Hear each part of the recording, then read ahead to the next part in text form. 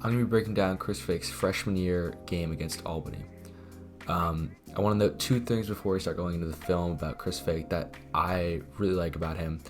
The first is his ability to let his man come to him. So in these clips, I wanted you to watch out for that. And the second is when his man comes to him, I want you to look at his aggression, but it's also his ability to keep his posture. So let's get into the first clip.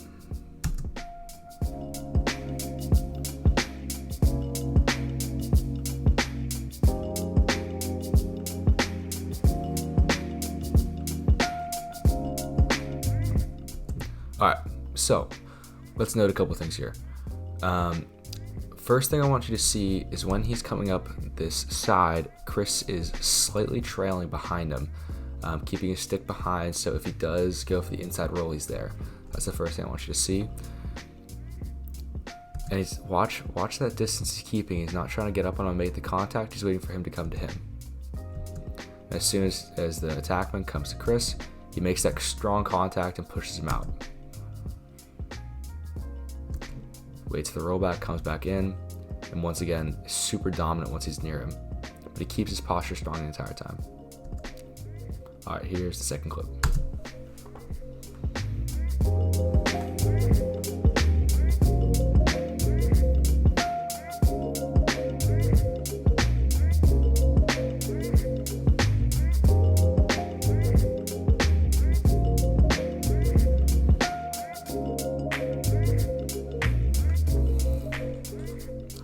Okay.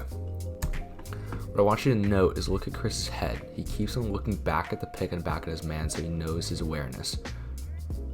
As soon as the pick moves out, he comes with his man.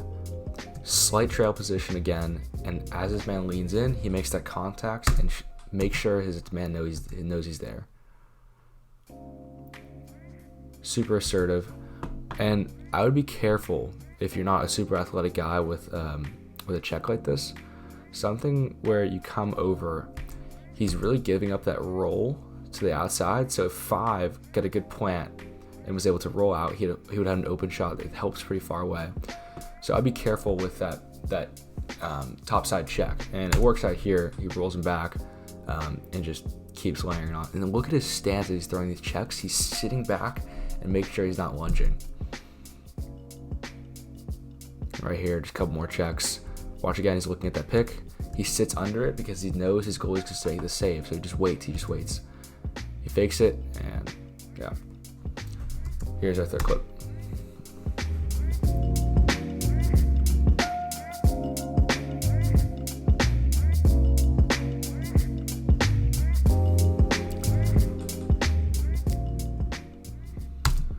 So when you play a guy this far out, the biggest thing you need to be wary of is you need to get into that backwards run as fast as possible. A back pedal isn't going to cut it. Side shuttle is not going to cut it. You have so much open space that this midi will just be able to just run. So you see Chris, he makes contact, and as soon as his midi starts picking up speed, he keeps up with him. Takes him down the alley, and the one thing I want to note here is he does a little he hedges his man just a little bit. And he knows he's not going to slide, but he basically is pushing that attackman out, right? So by having Chris hedge out like that, this guy's going to have to bump more out rather than if he stayed on his man, he might have the angle to come in. So he hedges and see how he bumps out. This is our fourth clip.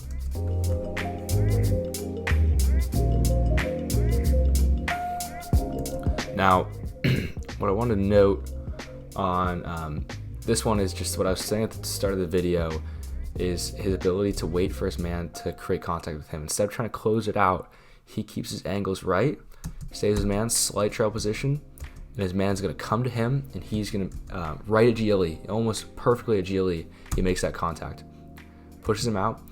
And while this seems like a very good shot, the biggest thing that Chris does a really good job of is he doesn't try to bite. He doesn't try to jump in front of the shot. He doesn't try to, get right in front of his man's face, because if he does that and it's a fake, that's where he gets beat. So he stays patient, and he gets his hands in it a little bit, and he takes a bad shot. And this is our last clip.